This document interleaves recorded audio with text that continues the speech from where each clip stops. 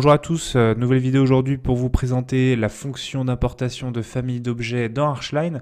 On verra dans un premier temps comment faire une recherche et comment télécharger un objet depuis l'application BeamObject et comment le rendre entièrement paramétrique. On verra ensuite comment intégrer cet objet dans un catalogue ou bien dans un style dans le logiciel. Donc on va tout de suite se rendre sur l'onglet agencement dans le ruban du logiciel. On va ensuite aller cliquer sur le bouton BiblioBeam pour ouvrir l'application BeamObject. Donc ce bouton nous ramène directement vers le site internet. Il faudra simplement rentrer ses identifiants ainsi que son mot de passe pour avoir accès à la multitude d'objets. Donc ça va être classé sous forme de fabricant ou bien deux types d'objets. On pourra directement taper le nom d'un fabricant dans la barre de recherche. Ici on va aller rechercher une porte de la marque K-Line. Donc on voit que c'est classé sous forme de gamme ou bien de collection. Là, on va regarder la collection perspective donc, de la marque K-Line.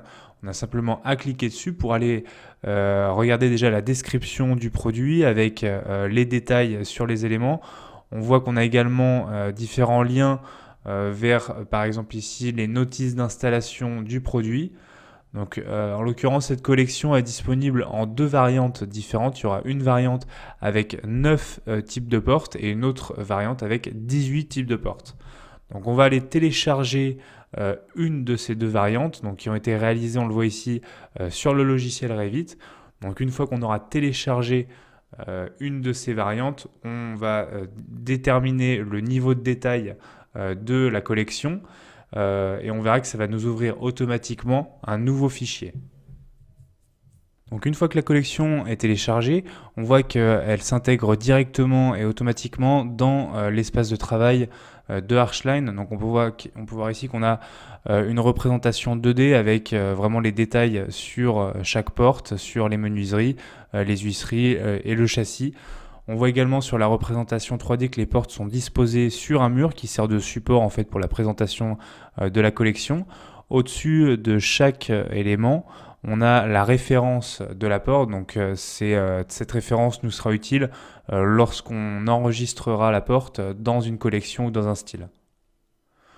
Donc pour intégrer ces portes dans le catalogue, on peut choisir de supprimer l'intégralité du mur et intégrer toutes les portes une par une, ou bien on peut choisir de sélectionner un seul élément de la collection et on va pouvoir donc l'isoler du mur en le détachant. Une fois qu'on a détaché la porte que l'on souhaitait, on va pouvoir aller directement sur l'onglet construction et on va aller créer une nouvelle porte à partir d'un objet.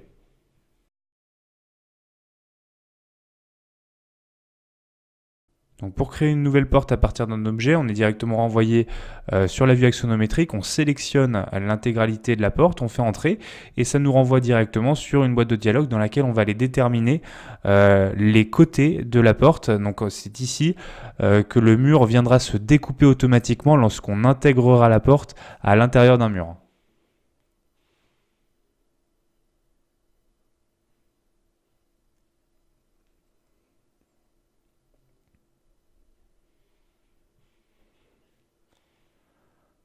Donc lorsqu'on valide, il faut simplement noter le nom de la porte avec la référence. On peut le classer sous forme de catégorie. On peut donner une sous-catégorie, donc ce sera le dossier dans lequel sera classée cette porte. On peut mettre le nom du fabricant et on peut également rajouter des paramètres BIM. Si on a par exemple le prix de la pièce qu'on pourra ensuite extraire sous forme de quantitatif, sous forme de tableau Excel. On peut également noter le nom de la porte. Donc ici, il s'agissait de la gamme perspective avec un modèle à deux vantaux.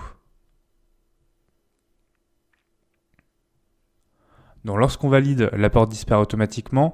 On va pouvoir supprimer le reste de la gamme.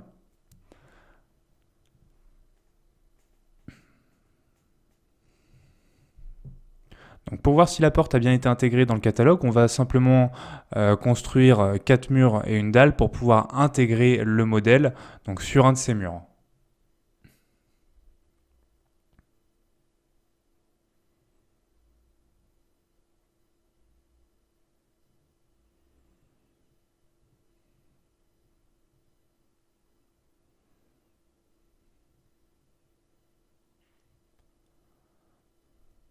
Donc on va aller se rendre sur l'onglet construction, la fonction porte, et on va aller chercher dans le catalogue. Pour l'instant, la porte se trouve ici.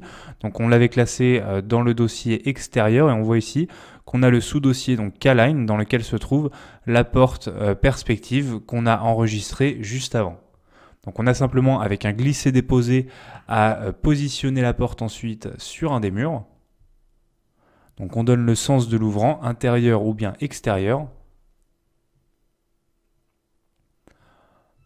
Donc on voit ici quand on intègre la porte que le mur a bien été découpé à l'endroit qu'on avait déterminé juste avant.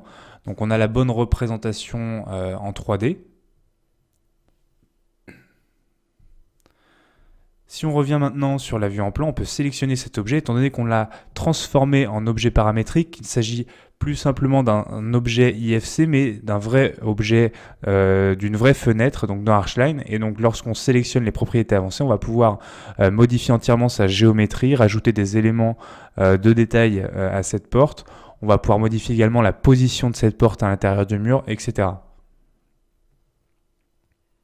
Donc une fois qu'on a fait les modifications qu'on souhaitait sur cette porte, on va pouvoir sélectionner cette porte, retourner dans les propriétés avancées, et on va pouvoir l'enregistrer sous forme de style, parce que pour l'instant cette porte elle est simplement enregistrée dans le catalogue, mais elle n'est pas enregistrée sous forme de style.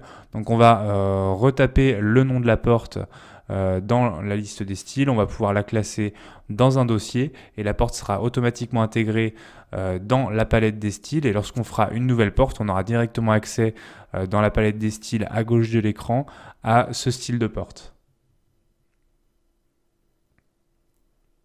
Voilà, je vous remercie d'avoir suivi ce tuto. On se donne rendez-vous pour une prochaine vidéo sur une nouvelle fonctionnalité dans Archline.